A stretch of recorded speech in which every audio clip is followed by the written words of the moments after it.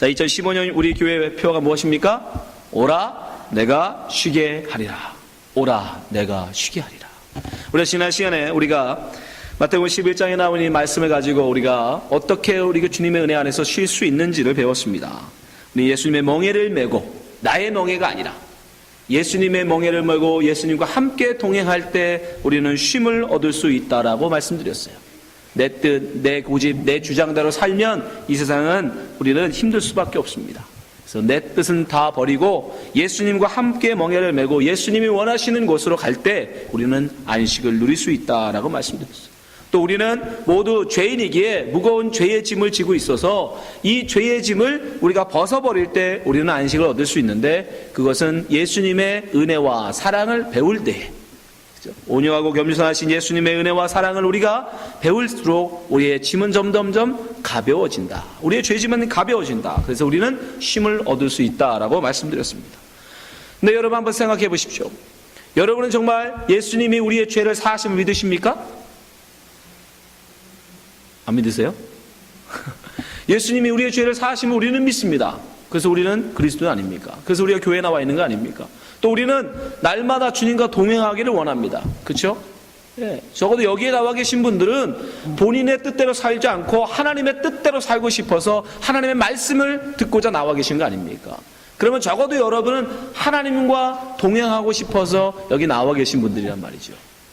자, 그러면 우리가 지난 시간에 배운 것처럼 우리는 예수님께 우리의 죄짐을 맡긴 사람들이요, 예수님과 함께 멍에를 메고 함께 동행하는 사람들입니다.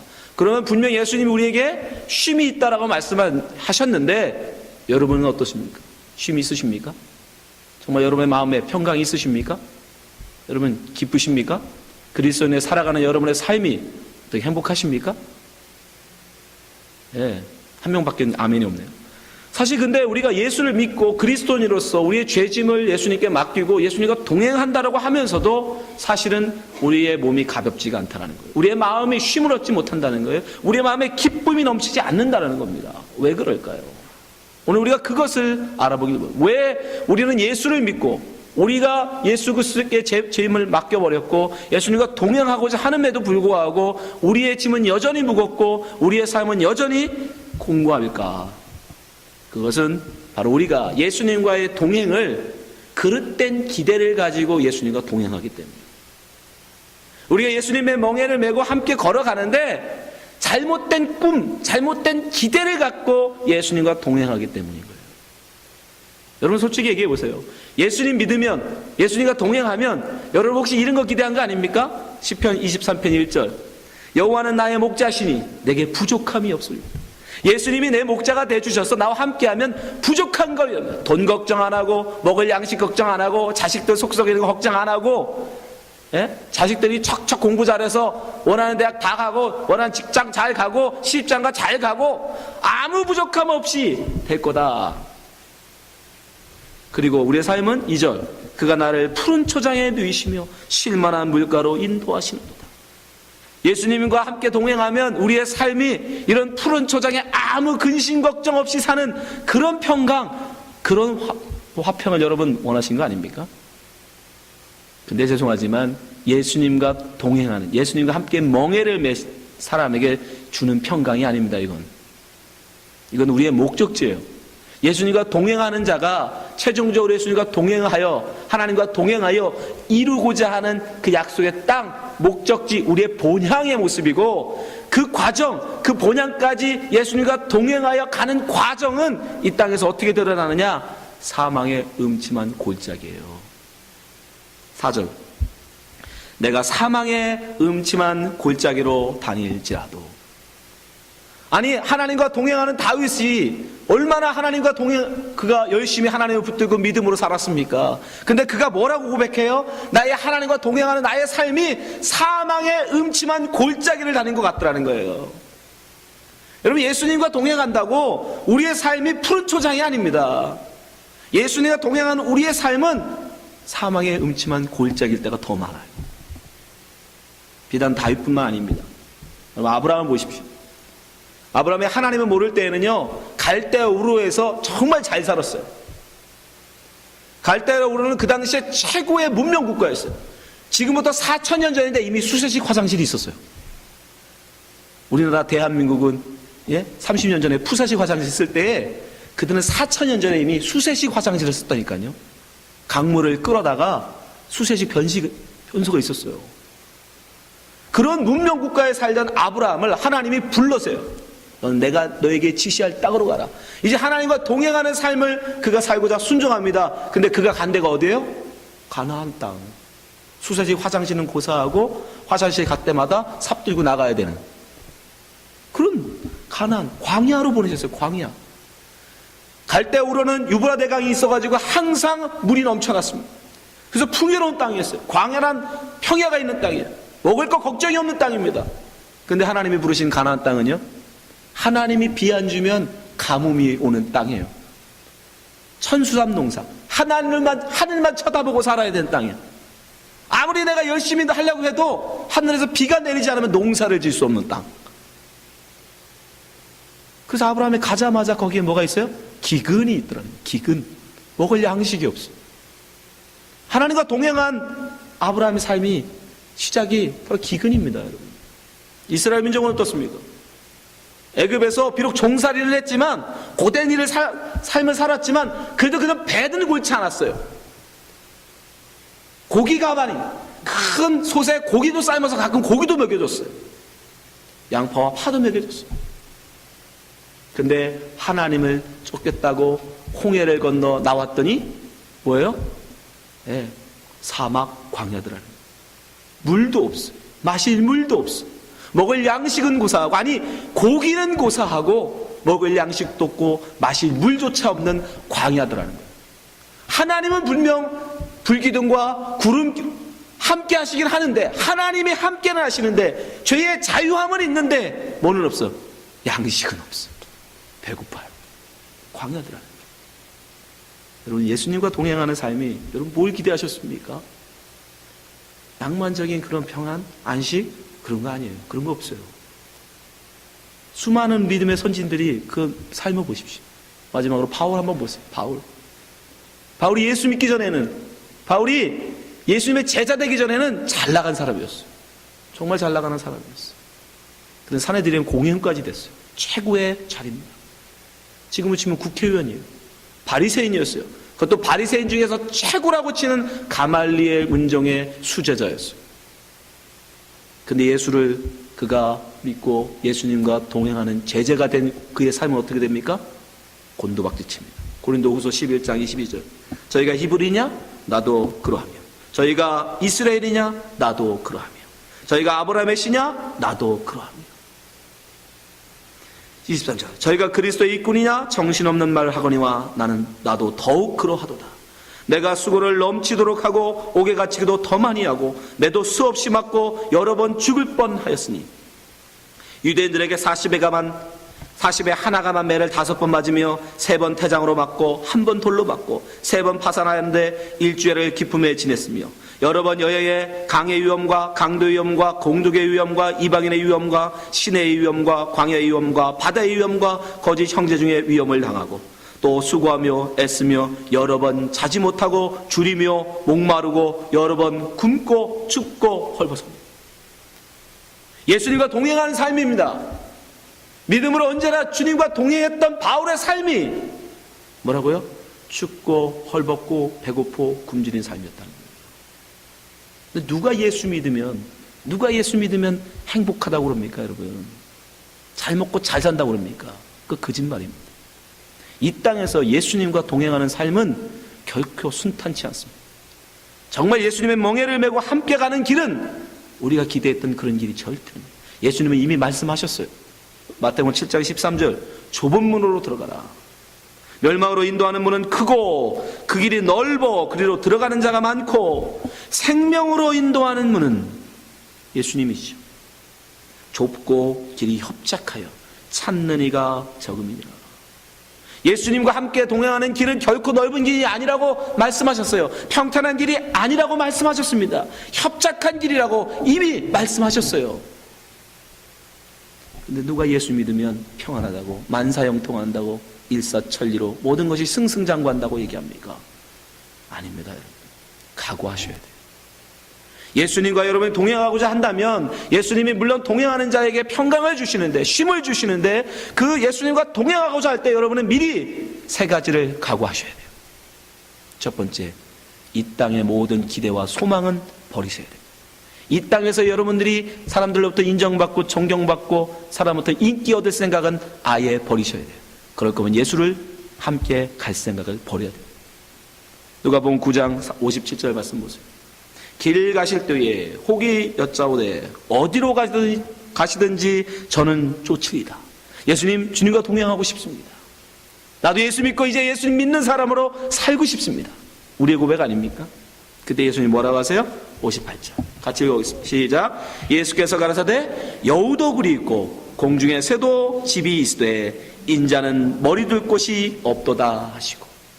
네가 나를 쫓고 싶냐? 나와 동행하고 싶으냐? 그럼 너 이거부터 알아라. 여우도 굴이 있고 공중에 새도 집이 있지만 인자는, 예수님은 머리 둘 곳 집조차 없다라는 거예요.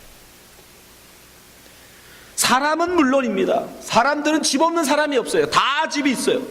근데 심지어 날짐승, 들짐승인 여우도 새도 집이 있는데 인자는, 예수님은 머리 둘 곳이 없대요. 여기서 집이 뭘까요? 안식처입니다. 안식처. 여러분, 세상 사람들은 다 욕을 해도 누구만큼은, 내 집에 있는 나의 가족만큼은 나를 욕하지 않잖아요. 그죠? 모든 사람이 다 나를 비난하고 다 나를 미워해도 누구만큼은, 내 가족만큼은 나를 지지하고 나와 함께 해주잖아요. 그건 나만의 안식처, 내 편, 그게 없다는 거예요. 인자는, 이 땅에서는. 그러니까 이 땅에서는 그 누구도, 인자는 어디로 가도 누구에게도 환영받지 못할 거라는 거예요. 그래도 너 갈래? 그럴 거면 가고, 이 땅에서 환영받고 싶고 이 땅에서 존경받고 싶으면 넌 나랑 못 가. 여러분, 무슨 마음으로 예수님과 함께 하신다고 작정하셨습니까? 여러분, 이 땅에서 존경받고 인정받으시려면 결코 예수님과 동행할 수 없습니다. 예수님 분명히 말씀하세요.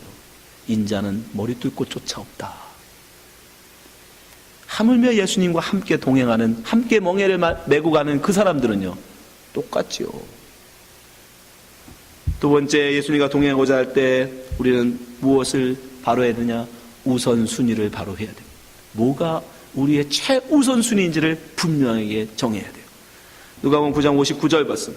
또 다른 사람에게 나를 좇으라 하시니 그가 가로되 나로 먼저 가서 내 부친을 장사하게 허락하옵소서.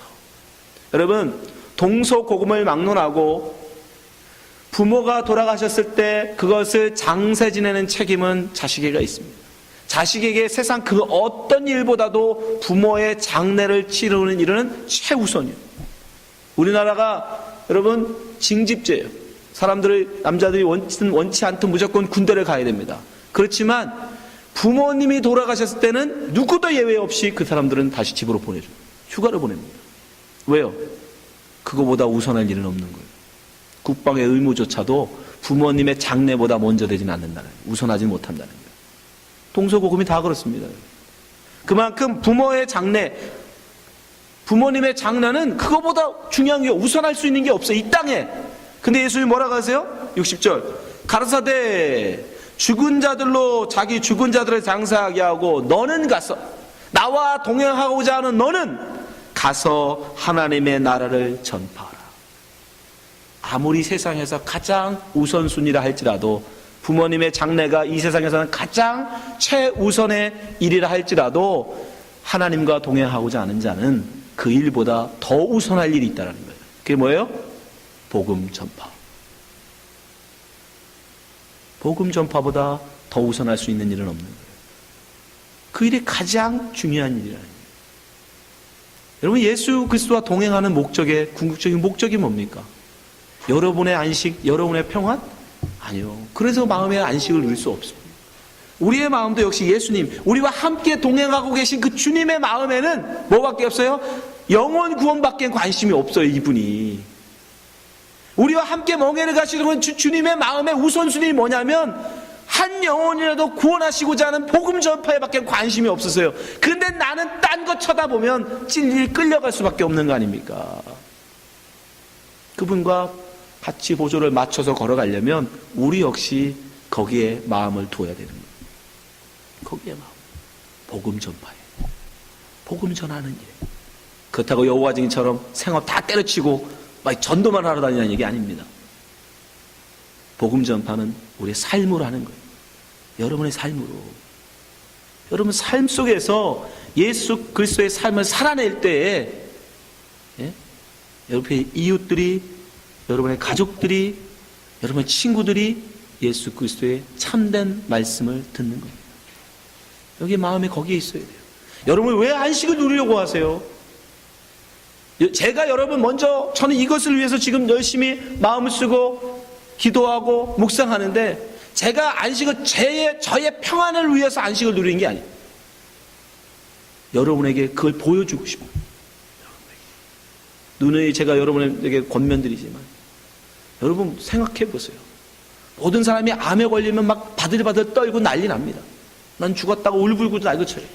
그때 한 명이라도 우리 준호안익 교회 성도 중에 한 명이라도 할렐루야 내가 이제 주님 앞에 갈 날이 멀지는 않았구나, 하나님 감사합니다, 이런 미친 소리를 하는 사람이 한 명이라도 있다면 그게 바른 복음 전도예요. 여러분 세상은 다 죽었다라고 큰일 났다고 난리 났다고 치는데 오히려 그 중에서도 감사할 수 있는, 그렇잖아요. 여러분 암에 걸려서 빨리 죽으면 주님 앞에 빨리 가는 거 아닙니까? 예? 근데 왜 그게 펄쩍펄쩍 뛸 일이에요? 예? 의사 멱살을 잡고 왜 흔들 일입니까 그게? 그러니까 믿음이 없는 거죠. 저희가 정말 죽음의 위협 속에서도 하나님 앞에 감사할 수 있는 모습, 찬송할 수 있는 모습, 다른 이들에게요 그거만큼 큰 전도는 없습니다. 여러분 여러분에게 쉼을 얻으라고 제가 권면드리는 이유는 여러분이 예수 그 이름 하나 붙들고 요지부동하지 않는, 정말 어떤 것에도 흔들리지 않는 모습을 보여주면 그게 곧 전도예요. 되게 큰 전도입니다. 여러분의 가족들에게, 여러분의 자식들에게, 여러분 친구들에게, 야 정말 예수 믿으니까 다르구나, 예수 믿으면 죽음도 두려워하지 않는구나. 여러분 예수님과 동행하는 궁극적인 목적이 어디에 있습니까? 복음 전파에 있어야 돼요. 복음 전파. 마지막으로 예수님과 동행하고자 하는 자는 뒤를 돌아봐서는 안 됩니다. 후회해서는 안 된다는 뜻이에요. 그 나와 함께하는 주님을 믿으시라는 거예요. 그분이 반드시 선한 것으로 나를 이끌어 가신다는 믿음을 가지고 의심치 말고 뒤를 돌아봐서는 안 된다는 거죠. 누가복음 9장 61절 보세요. 또 다른 사람이 가로되 주여 내가 주를 쫓겠나이다마는 나로 먼저 가서 내 가족을 작별케 허락하소서. 62절 예수께서 이르시되 손에 쟁기를 잡고 뒤를 돌아보는 자는 하나님의 나라에 합당치 아니하니라. 멍에가 무엇을 끄는 거예요? 쟁기를 끄는 거잖아요. 그죠? 멍에라는 건 쟁기를 끌기 위해서 매는 겁니다. 그 쟁기를 끄는 자는 뒤를 돌아봐서는 안 된대요. 무슨 말이에요? 왜 사람들이 뒤를 돌아봅니까? 지금 현실에 만족하지 못하기 때문입니다. 이스라엘 민족이 하나님께서 애굽에서 꺼냈더니 광야를 가면서 목마르고 배고프니까 어떻게 합니까? 애굽을 그리워합니다. 내가 고기 가마 곁에서 먹던 파와 양파를 마늘을 그리워합니다. 그러면서 어떻게 합니까? 모세를 원망합니다. 왜 우리를 이 광야로 우리를 끌어내어서 우리로 배고프게 만드느냐. 자기의 배고픔에 하소연하는 거죠. 자기 현실에 지금 불만을 품는 거죠. 그럼 왜 뒤돌아봐요? 지금 현실이 싫어서 그런 거예요.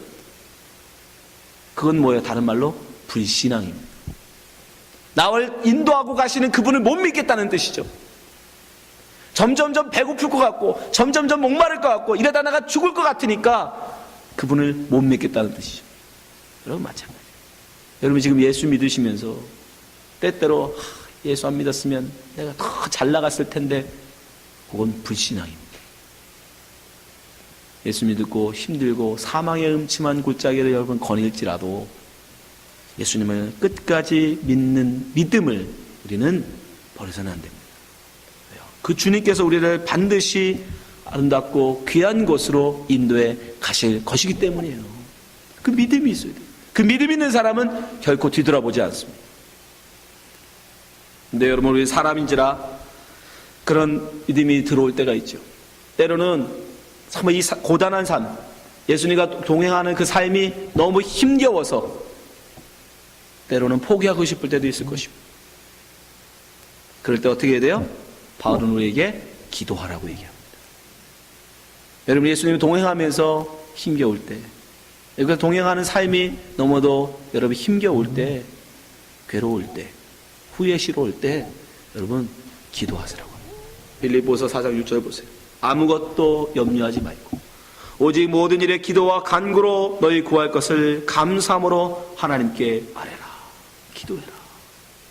하나님 너무 힘듭니다. 하나님 주님과 동행하는 것이 너무 제게 곤고합니다. 기도하래요. 그러면요, 7절, 그리하면 모든 지각에 뛰어난 하나님의 평강이 그리스도 예수 안에서 너희 마음과 생각을 지키시리라. 그러면 여러분의 멍에를 벗어주는 게 아닙니다. 그러면 여러분이 원하는 평탄한 길로 가시는 게 아니에요. 여러분의 마음을 붙잡아 주세요. 여러분의 그 불신앙 마음을 믿는 자의 마음으로 바꿔주세요. 연약한 믿음을 강건하게 해주세요. 그것을 바울은 알았어요. 그래서 예수님이 나와 언제나 함께 하신다는 그 믿음, 그래서 그는 항상 기뻐할 수 있었던 것입니다. 그렇게 우리가 기도하면 하나님이 우리에게 어떤 믿음을 주시냐면, 우리가 당하는 모든 일들이 그냥 우연히 일어난 일이 아니라는 것, 하나님의 깊은 뜻이 있음을 우리로 알게 하십니다. 그러면 우리는 그 모든 상황 속에 뭐 하면 있어요? 감사할 수 있게 돼요. 자족할 수 있게 돼요. 그래서 바울이 이어서 얘기하죠. 빌립보 4장 10절, 내가 주 안에서 크게 기뻐함은 너희가 나를 생각하던 것이 이제 다시 싹이 남이니 너희가 또한 이를 위하여 생각은 하였으나 기회가 없었느니라. 내가 궁핍함으로 말하는 것이 아니라 어떠한 형편이든지 내가 자족하기를 배웠노니. 어떻게 배웠어요? 주님과 동행함으로. 여러분이 왜 주님이 여러분을 사망의 음침한 길로 끌고 가지 아십니까? 여러분을 왜 광야 같은 길로 끌고 가지는지 아십니까? 이거 배우라고. 어떠한 형편에서도 자족함을 배우게 하려고. 믿음으로. 하나님이 결코 나를 이렇게 그냥 죽이시려고 이러신 게 아니다. 그거 배우게 하시려고 그러는 거예요. 12절, 그러면 그렇게 훈련받으면 우리에게 어떤 믿음이 생기는 줄 아십니까? 12절, 내가 비천에 처할 줄도 알고 풍부에 처할 줄도 알아. 모든 일에 배부르며 배고픔과 풍부와 궁핍에도 일체의 비결을 배웠노라. 그럼 그 사람은 어떻게 할 수 있다? 13절, 내게 능력 주신 자에서 내가 모든 것을 할 수 있느니라. 할 수 있다 하신 이는, 여러분 지금 찬송하셨는데 그게 거저 나오는 게 아닙니다. 거저 나오는 게, 주님과 함께 사망의 음침한 골짜기를 거닐진 자, 주님과 함께 사막 광야를 거닌 자, 그 속에서도 자족할 줄 아는 자, 그 자만이 이런 고백을 할 수 있어요. 내게 능력 주신 자 안에서 나는 이제 다 감당할 수 있다는. 이스라엘 민족을 하나님께서 광야로 끌고 가신 이유도 신명기를 통해서 우리에게 분명히 말씀해 주세요. 신명기 8장 2절, 내 하나님 여호와께서 이 40년 동안에 너로 광야의 길을 걷게 하신 것을 기억하라. 이는 너를 낮추시며 너를 시험하사 내 마음이 어떠한지 그 명령을 지키는지 아니 지키는지를 알려 하십니다. 하나님의 뜻이 있어서 그러셨던 거예요. 아무 목적이 없이 그러신 게 아니라 우리를 향한 뜻이 계시기에 우리를 동행하시면서 광야로 가신 겁니다. 그러하여금 우리를 어떻게 하십니까? 3절, 너를 낮추시며 너로 줄이게 하시며 또 너로 알지 못하며 내 열조도 알지 못하던 만나를 내게 먹이신 것은 사람이 떡으로만 사는 것이 아니요 여호와의 입에서 나오는 모든 말씀으로 사는 줄을 너로 알게 하려 하심이니라. 무슨 말입니까? 모든 것에는 하나님의 뜻이 있다라는 것이죠. 주님과 동행하면서 당하는 우리의 모든 환난과 시험과 어려움은 반드시 하나님의 깊은 뜻이 있다는 거예요. 그래서 바울은 자기가 복음 전하다 감옥에 갔음에도 불구하고 나는 기뻐한다. 내가 너에게 말하노니 기뻐하라 말하는 거예요. 오늘 보면 4절 보세요. 주 안에서 항상 기뻐하라. 내가 다시 말하노니 기뻐하라. 아니, 감방에 가 있는 사람이 뭐가 좋으냐고요. 여러분, 빌립보서는 바울이 감옥에서 쓴 서신입니다. 노년에 60도 넘은 그 나이에 깜방에서 뭐가 좋다고. 내가 주 안에서 항상 기뻐하라. 내가 다시 말하노니 기뻐하라. 빌립보서를 여러분 읽어보세요. 기쁨의 서신이라고요. 기쁨의 서신. 자기는 너무너무 기쁘다는 거예요. 너희들도 기뻐하라고 말합니다. 왜요? 이런 환란이 세상 사람들이 볼 때는 이건 사망의 음침한 골짜기요, 광야요, 핍박이요, 고난이요, 고통이지만 믿음의 눈, 모든 걸 주 안에서 할 수 있다는 믿음이 있는 바울에게는 이 모든 것은 다 나를 훈련하시는 하나님의 기쁘신 뜻이라는 것이죠. 그래, 나는 기쁘다는 거예요. 나는 감사할 수 있다는 거예요. 그것이 바로 주님과 동행하는, 참된 동행하는 사람에게 누릴 수 있는 쉼인 겁니다. 안식인 거예요. 예수님과 동행한다고 여러분 평탄한 길을 여러분에게 하나님이 허락하시는 게 아닙니다. 반드시 여러분은 주님과 동행하면 반드시 협착한 좁은 길을 걸어가게 될 것입니다. 세상 사람들이 볼 때는 사망의 음침한 골짜기를 여러분은 거니게 되실 거예요. 거기는 굶주림과 배고픔과 절망과 좌절 가득할 것입니다. 그러나 그 속에서 하나님은 우리를 훈련하시는 것입니다. 그 속에서도 감사할 수 있는 자는, 여러분, 사막을 감사할 수 있는 자는 푸른 초장은 얼마나 더 감사할 수 있겠습니까? 여러분, 푸른 초장을 감사할 줄 모르는 사람은 사막에서도 여러분 좌절할 수밖에 없잖아요. 그러나 사막을 감사할 수 있는 사람은 푸른 초장은 너무너무 기쁨의 장소가 되는 것입니다. 기쁜 뜻을 여러분 아셔야 돼요. 그래서 이 땅에서는 우리는 주님과 동행하는 삶 속에는 푸른 초장을 경험하는 것이 아니라 광야를 경험하게 됩니다. 그러나 여러분 분명히 기억하십시오. 로마서 8장 28절, 우리가 알거니와 하나님을 사랑하는 자 곧 그 뜻대로 부르심을 입은 자들에게는, 여러분이잖아요. 그죠? 여러분. 모든 것이 합력하여 선을 이루느니라. 이 말씀을 꼭 기억하세요. 예수님과 동행하면서 여러분 아직도 원하는 대로 인생이 풀리지 않아서 걱정이십니까? 여러분의 자녀들이 여러분의 생각대로 커주지 않아서 걱정이세요? 모든 것이 하나님은 반드시 합력하여 선으로 바꿔나가실 것입니다. 믿음을 가지시고 꿋꿋하게 이겨나가시기 바랍니다. 그리고 바울처럼 어떤 상황 속에서도 자족하며, 이것이 하나님이 허락하셨다면 내게 분명히 감당할 만한 능력이 계시기에 내게 허락하셨사 믿고 뚜벅뚜벅 한 걸음씩 여러분 나가십시오. 그럴 때 그 사람에게 참된 하늘의 평화, 평강을 누리는 그 복이 있게 되는 것입니다. 자, 우리 모든 분들이 그 평안을 누리시기를 주님으로 축원합니다. 기도하겠습니다. 하나님 아버지, 우리로 하늘의 평화를 누리게 하여 주시옵소서. 바울의 고백처럼 항상 기뻐하는 자 되게 하여 주시옵소서. 사망의 음침한 골짜기를 거닐지라도 주의 지팡이와 막대기가 우리를 안위하시기에, 우리를 인도하시기에, 우리와 함께 하시기에 우리는 절망하지 아니하며 좌절하지 아니하며 낙심하지 아니하며 기뻐할 수 있는 줄 믿습니다. 주님, 주님과 동행하는 우리의 삶이 비록 우리의 생각과 우리의 기대대로 잘 풀리지 않는다 할지라도 모든 것을 합력하여 선을 이시는 그 주님을 믿고 의지하는 그 속에서도 감사할 수 있는 그런 성숙한 믿음의 삶 되게 하여 주시옵소서. 예수님 이름으로 기도합니다. 아멘.